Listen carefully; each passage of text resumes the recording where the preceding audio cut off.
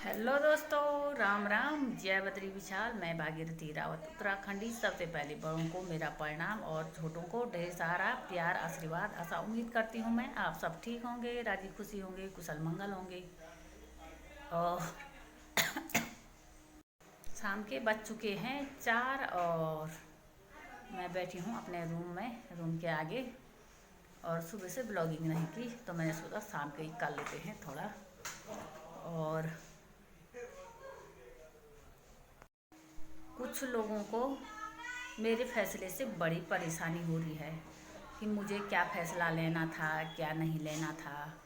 उनके मतलब क्या कहें, मैं आँखों में मिर्च जाती है ना जैसे, तो वैसे मिर्च लगे हैं उनको मुझे देख के बहुत हाँ, एक राजेंद्र सिंह ब्लॉक है जो कह रहा है अब तेरी उम्र कम है।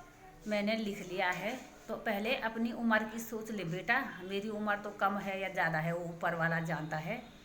और एक कोई और था जो कह रहा था अपने पति को जहर खिला लिया और कहीं बिष्ट जी को भी मत खिला देना, फिर तू तीसरा ढूंढेगी। हाँ, तीसरा मैं जहर तो बिष्ट जी को दूँ ना दूँ पर तुझे ज़रूर दूंगी। और तेरी भी बीवी विधवा होगी हैं, तो वो भी दूसरी शादी करेगी, तीसरी शादी करेगी। अब जहर कोई किसी को खिलाता नहीं है। विपरीत बुद्धि विनाश काले, जो दिमागी से कम होता है ना वो जहर खाता है। अच्छे लोग तो नहीं खाते जहर। दुख सुख कष्ट तो सब पे आते रहते हैं पर झेलने की क्षमता होनी चाहिए, ठीक है।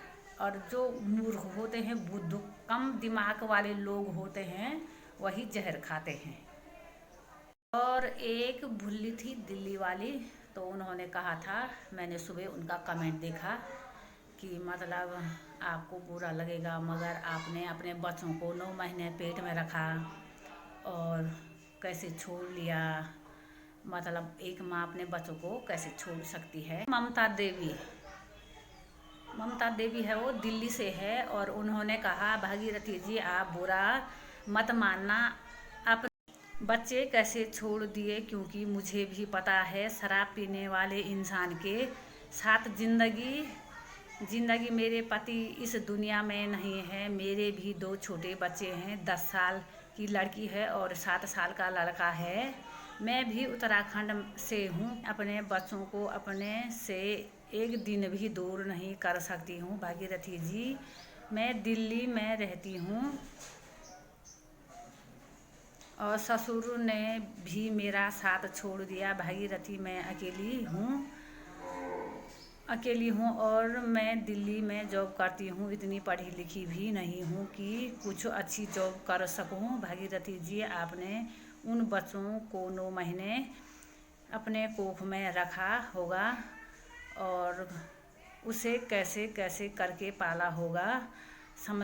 समझा ऐसा क्या मजबूरी हो गई थी कि एक बात उन बच्चों की भविष्य के बारे में बातों में आपको बुरा लगा होगा। हाँ, तो मैंने उसका रिप्लाई दिया है, नहीं बुरा नहीं लगा। और मैं क्यों छोड़ा, क्योंकि मेरी बड़ी बेटी मेरे दुश्मनों से मिल चुकी थी। यह मेरे खिलाफ साजिश कर रहे थे और मेरी बेटी ने उनको बचाने की कोशिश की, इसलिए। ममता बहन, आप मुझसे छोटी होंगी क्योंकि आपके बच्चे भी छोटे हैं, तो आपने सुना होगा। क्योंकि मेरी बेटी जिनको मैंने 9 महीने कोख में रखा, 1.5-2 साल तक दूध पिलाया होगा और जब तक स्कूल नहीं जाते बच्चे 3-4 साल तक उनको गोद में खिलाया होगा। और मैं क्या कहूँ, अपने बारे में कुछ कह नहीं सकती हूँ। मैं अपने बच्चों से बहुत प्यार करती थी और मैंने अपने बच्चे खुद पाले हैं। मेरे सास ससुर ने मेरे बच्चों को गोद में नहीं उठाया, खिलाया पिलाया, क्योंकि वो अपने घर के काम में बिजी रहते थे गाय भैंसों के साथ। और मेरा अपना था, मैं अपने गाय भैंसों में अपने बच्चों को भी देखती थी, गाय भैंस भी देखती थी, रोज़गार भी देखती थी। और मैं जब वो सोते थे तब मैं काम पे जाती थी, अपना काम निपटाती थी।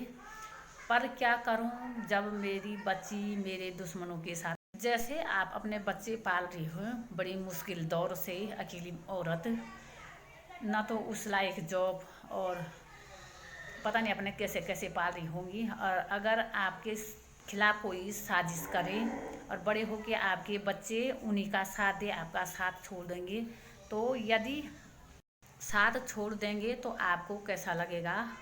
मैं ये लगेगा या तो मुझे मर जाना चाहिए या तो मतलब कहीं दूर चले जाना चाहिए जहाँ से कि किसी का मुँह भी ना देखे। तो मुझे भी ऐसा ही हुआ था और बहुत सारे लोगों ने कहा आत्महत्या करना उचित नहीं है। और मैंने कहा मेरे साथ फिर मुझे भी अच्छा नहीं लगता। अगर आत्महत्या भी करते तो लोग भी नाम ही रखते थे, और ना भी किया अपनी ज़िंदगी जी तो फिर भी नाम ही रखते हैं। तो दुनिया का काम है नाम रखना, और हमारा काम है जैसा हमारा जी करे वैसा करना। तो मेरा जी ये किया कि आत्महत्या करना उचित नहीं है। अपनी चुना मैं फिर से अपनी ज़िंदगी को एक मौका दूं, और अपनी बच्ची के मतलब जो मेरे दुश्मन थे, उसके बाप के भी दुश्मन थे, उनसे मिलके मेरी बच्ची मेरे खिलाफ साजिश कर रही थी। और जो आदमी मेरे घर में आकर बैठा था, कह रहा था मैं यहीं रुकूंगा, यहीं रहूँगा, तुझे जान से मार दूंगा, मेरे चाचा कहेंगे। तो वो जो आदमी मैंने डाला की है 26 और 28 तारीख वाली घटना, आप उसमें जाके देखना। और उस आदमी की मेरे बहुत सारे वीडियो हैं मेरे पास, क्योंकि और मेरी बेटी ने चलो उनको बचाया बचाया, उसको भी बचा दिया।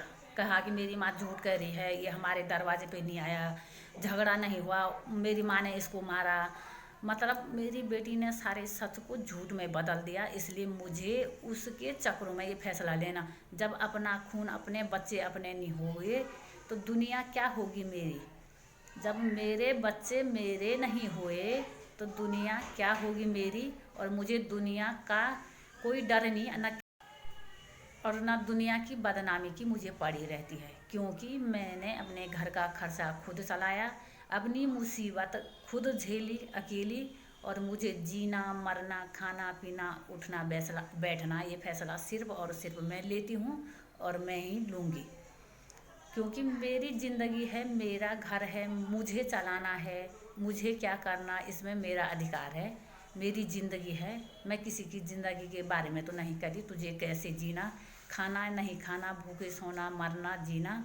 तो इसका फैसला मैं आपने सही कहा और मैंने बता भी दिया आपके सवालों के जवाब। बहन आपने सुन लिया होगा कि क्यों मैंने ये फैसला लिया, इतना बड़ा फैसला। वरना कोई औरत अपने बच्चों के लिए लगने के लिए मतलब मैंने भी सोच लिया था मुझे अपने बच्चे पालने, मगर मेरी बच्ची की बुद्धि भ्रष्ट ऐसी हुई कि मुझे मजबूरन ये कदम उठाना पड़ा।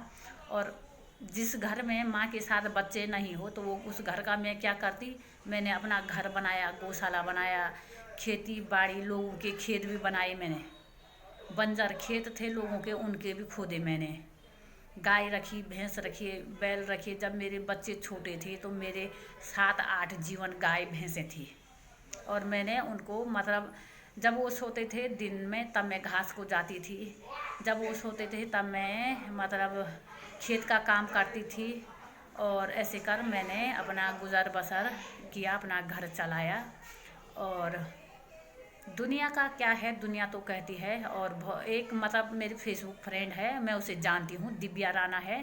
तो राणा है या नहीं है वो तो मुझे नहीं पता, पर वो भी मत सोचो ऐसी मतलब लड़की है अभी अनमैरिड, और ऐसी नीच सोच, इतनी कम सोच है उसकी। मैं तो अच्छा खासा जवाब दे सकती हूँ उसका, पर मैंने सोचा क्या देना, रहने दो। ऐसे मतलब नीच लोगों को ब्लॉगिंग करने में उचित है।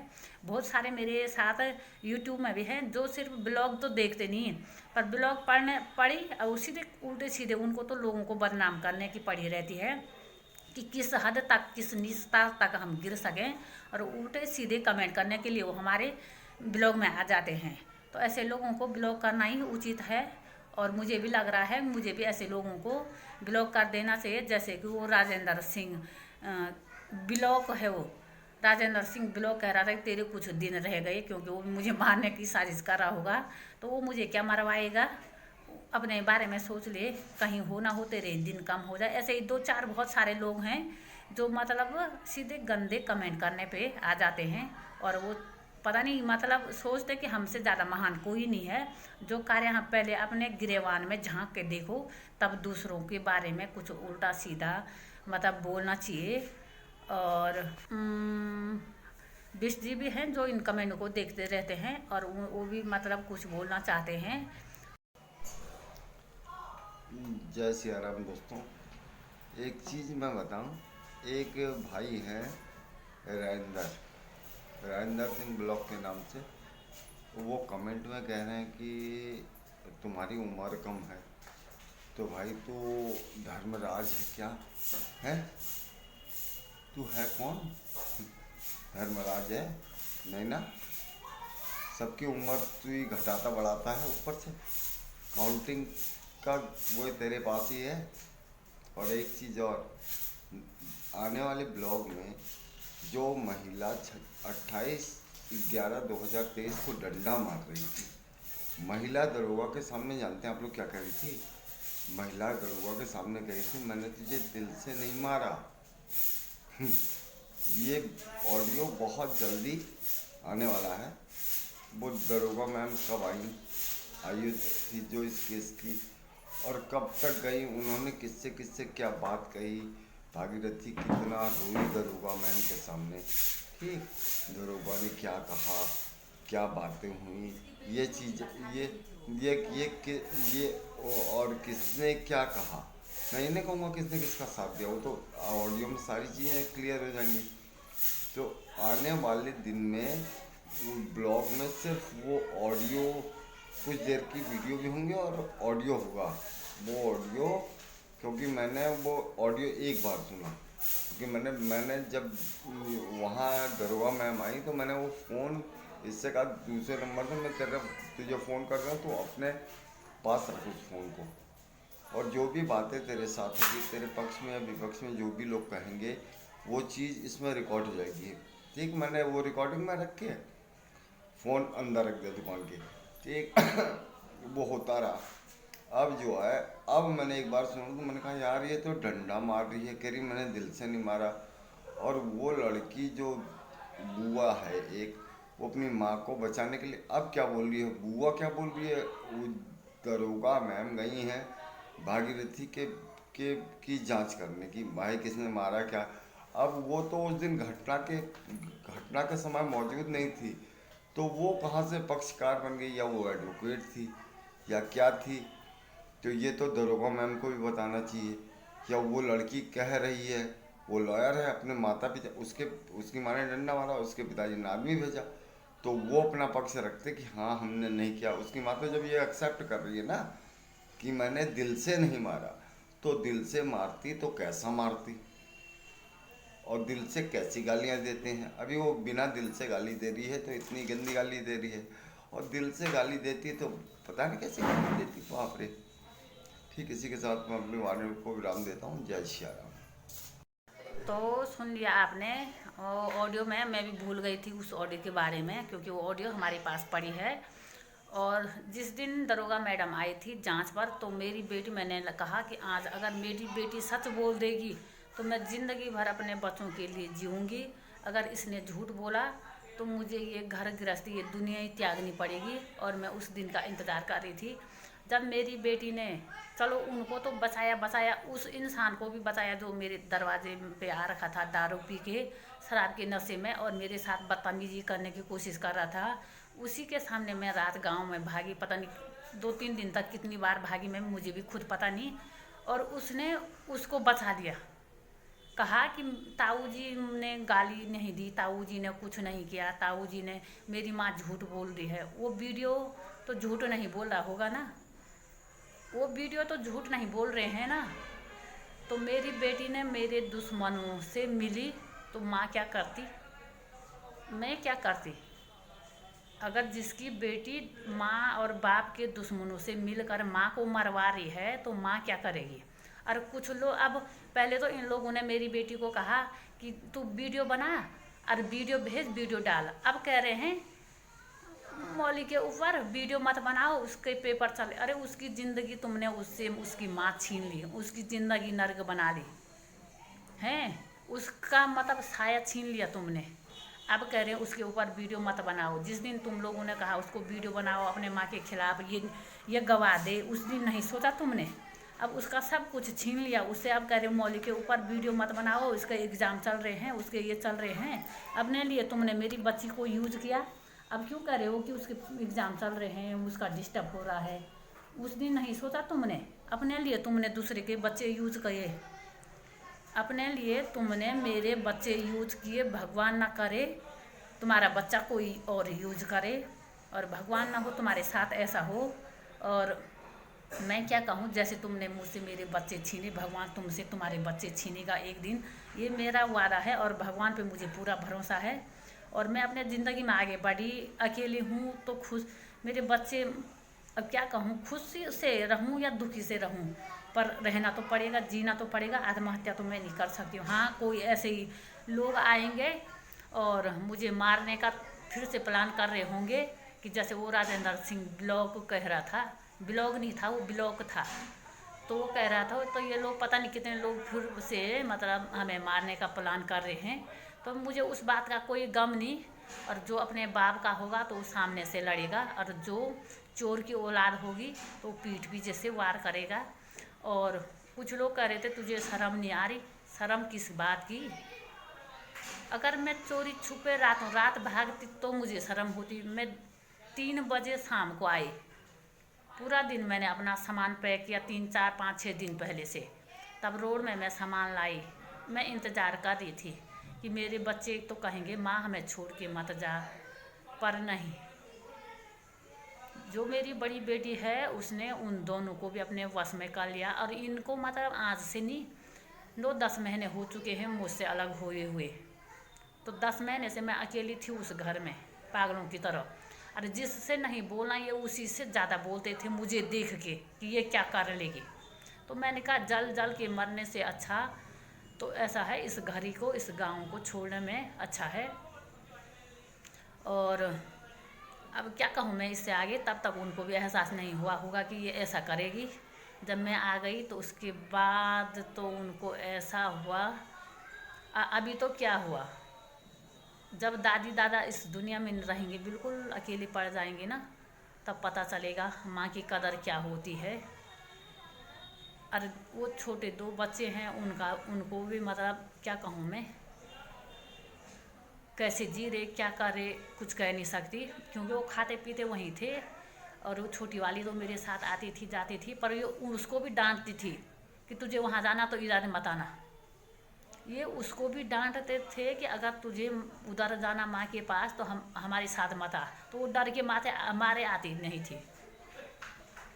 तो आपके सवालों के जवाब शायद मिल गए होंगे कि मैं क्यों आई, मेरी क्या मजबूरी रही। और उस घर में मेरे बच्चे के सिवा मेरा कोई नहीं था। जब उनका बाप भी था तो उसको मैं अपना नहीं समझती थी, क्योंकि हमारी कभी बनती भी नहीं थी, और ना मतलब वो मुझे समझता था। और मैं अपने बच्चों के लिए इतने साल मैंने बिताए। अब जब मेरे बच्चे सयाने हुए तो वो दूसरों ने अपने बस में निकाल लिए, और ये आज नहीं 8-9-10 महीने पहले निकाल लिए थे, पर उसकी सज़ा उनको ज़रूर मिलेगी। मेरा दिल तो साफ है, उसकी सज़ा उनको ज़रूर मिलेगी। और मुझे नहीं लगता मैंने गलत फैसला लिया, मरने से अच्छा जीना अच्छा है। मैंने, मुझे भी लगता बहुत सही फैसला लिया है। और क्या हुआ, रिश्ते टूटे तो जो रिश्ते मुसीबत के वक्त काम नहीं आए, जिन्होंने मेरा साथ नहीं दिया, वो रिश्ते कैसे, वो रिश्ते तो वो हैं जो मुसीबत के समय मेरे काम आए, वो मेरे अपने हैं। मुझे लग रहा है वही मेरे अपने हैं जो मुसीबत के समय मेरे काम आए और मुझे सहारा दिया, वही मेरे अपने हैं। और आप लोग भी देख लो, कभी किसी पर मुसीबत आई होगी और आपके अपनों ने साथ छोड़ा होगा तो आप लोगों ने भी आजमाया होगा कि मुसीबत पर, ऐसी मुसीबत किसी पे ना आए। माँ अकेली होती है तो बच्चे साथ देते हैं, पर मेरे बच्चों को क्या बोलूँ मैं, किस तरह से अपने बस में निकाला ये तो ऊपर वाला जानता है। और बहुत सारे लोग नीच भी होते हैं कि जो कह रहे हैं कि तुझे शर्म नहीं आती तो ये फैसला लेते हुए, तेरी उम्र नहीं रही। ये बाहर के नहीं हैं, जो मुझे जानते हैं रिश्तेदारों में से हैं, ऐसे उल्टे सीधे कमेंट करते हैं। और किसी ने कहा भी था कि ये मतलब बाहर के नहीं हैं, ये भागीरथी के रिश्तेदार हैं, जो उल्टे सीधे कमेंट और फ्रॉड आईडी बनाकर ये कमेंट करते रहते हैं। ये तो मुझे भी पता है कि ये कौन है। ये मतलब मुझे जानने वालों में से, या तो मैंने इनके लिए बहुत कुछ किया होगा, या मुझे जानते होंगे, या तो ये मेरे पीछे पड़े होंगे, मैंने साफ इनकार कर दिया होगा। ये वो लोग हैं उल्टे सीधे कमेंट कर रहे हैं, बाकी अच्छे लोगों को पता है। और एक बात और, सिर्फ भागीरथी ने ही की दूसरी शादी। दुनिया में इतने सारे लोगों ने की, आज से नहीं पुराने से। किस संविधान में लिखा है कि दूसरी शादी करना गुनाह है? किस संविधान में लिखा है कि दूसरी शादी करना गुनाह है? और अगर हमारे देश में किसी ने दूसरी शादी नहीं की, पहली बार मैंने दूसरी शादी की, नहीं तो मतलब आप लोग ऐसे दूसरे के पीछे पड़े हैं, तो जितने लोगों ने दूसरी शादी की उनको क्यों बदनाम नहीं करते आप? मेरे ही पीछे क्यों पड़े हो? तो अपने शब्दों को मैं यहीं पे विराम देती हूँ। और मेरे साथ बहुत सारे अच्छे लोग भी हैं और उनको मैं दिल से धन्यवाद करती हूँ। और कुछ नीच लोगों की वजह से, नीच हरकतों की वजह से मुझे ये सारे चीज़, उनके सवालों के जवाब देने होते हैं और उनकी वजह से अच्छे लोगों को भी ये सुनने को मिलता है। तो क्या करूँ, मजबूरी होती है। और लोग अपनी ज़िंदगी जीने नहीं देते, ना तो लोग मरने देते हैं ना तो जीने देते हैं। और अपना ही खाना, अपना ही कमाना और बातें लोगों की सुनना। तो अगर आप किसी का भला नहीं कर सकते तो किसी के बारे में बुरा सोचना भी आपको कोई अधिकार नहीं है। तो रखते हैं, फिर मिलते हैं न्यू ब्लॉग में। तब तक के लिए जय श्री राम।